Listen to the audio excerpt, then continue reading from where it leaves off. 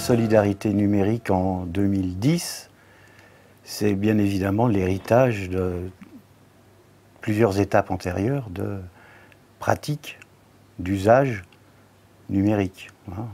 Je résume rapidement. Jusqu'en 2000, on est globalement dans l'univers du personal computer, l'ordinateur individuel, où l'utilisateur est seul en face du monde. S'il peut échanger, il échange, mais il échange individuellement.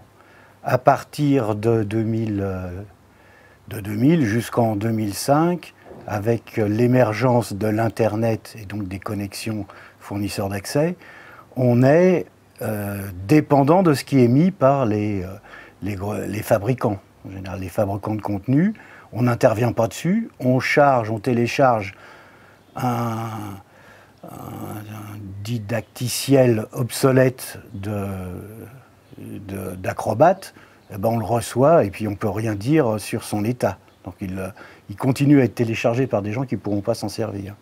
À partir de 2005 et de ce qu'on va commencer à appeler le Web 2, on est interopérant, c'est-à-dire qu'on peut échanger entre utilisateurs, entre gens connectés, et on produit.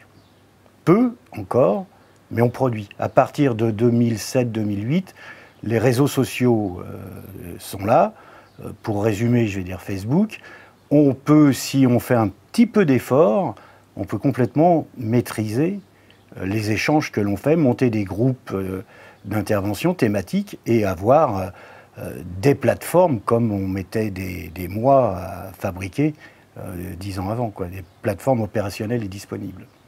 Voilà, donc la solidarité numérique, c'est la capacité que l'on a aujourd'hui en 2010 à utiliser les réseaux sociaux et les outils de travail collaboratif au service de projets.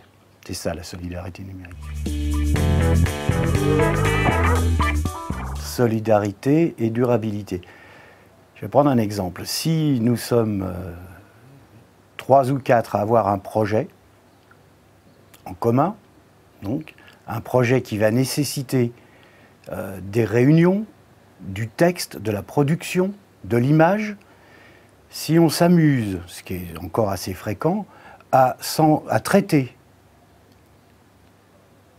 la gestion de ce projet par du mail, par des courriels, on va s'échanger à 3 ou 4 des dizaines de mails pour corriger une virgule, pour faire du texte. Alors que si dès le départ, on utilise un produit collaboratif, un dossier, un document partagé, on va avoir la capacité d'y mettre de l'image, et toutes les interventions vont être référencées. Ça, c'est durable.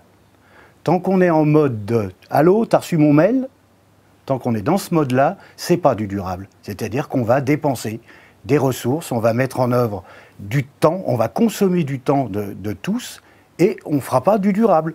Quel que soit le contenu du projet. Le contenu du projet peut être éminemment durable. Mais si les outils que l'on utilise ne le sont pas, eux, eh bien, on va vers de la consommation inutile d'électricité, de temps, d'eau, pour rien. Voilà, ça c'est ma définition du durable. Prenons un département que je ne vais pas nommer, francilien, de grande densité d'habitat. Sur 2 ans, il participe au financement d'à peu près 15 000 fauteuils roulants.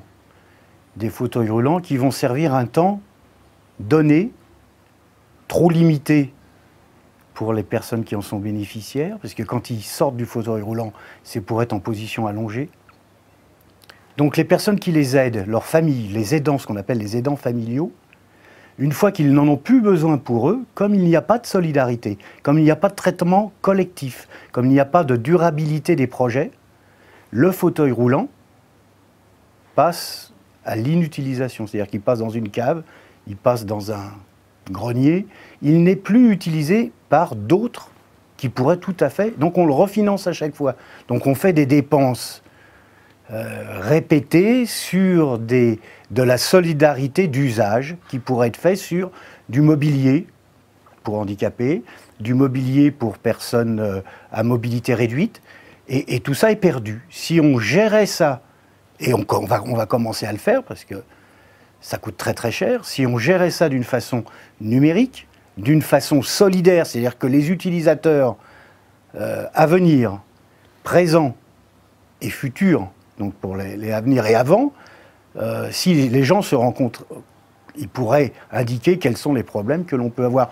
Je parle du fauteuil roulant, mais c'est vrai pour tout type d'équipement qu'on peut avoir, comme le téléphone portable ou les cadres qui commencent à rentrer, les cadres numériques qui permettent d'écouter des histoires, des gens qui sont isolés, qui sont enclavés à la maison.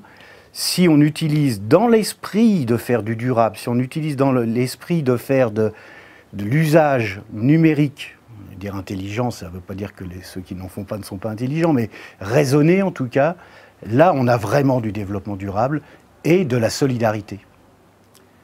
Alors j'ai pris l'exemple des personnes qui vont perdre leur autonomie. Hein. Aujourd'hui, en 2010, c'est à peu près 6 millions de personnes en France qui sont aidants de personnes plus âgées qu'elles et qui vont tout arrêter dans leur vie pour venir au secours de leurs parents, leurs voisins, plus ça va, on le sait bien, hein, en 2050, ça sera probablement un tiers de la population. Donc on a tout intérêt à réagir maintenant et à faire de la solidarité durable et numérique.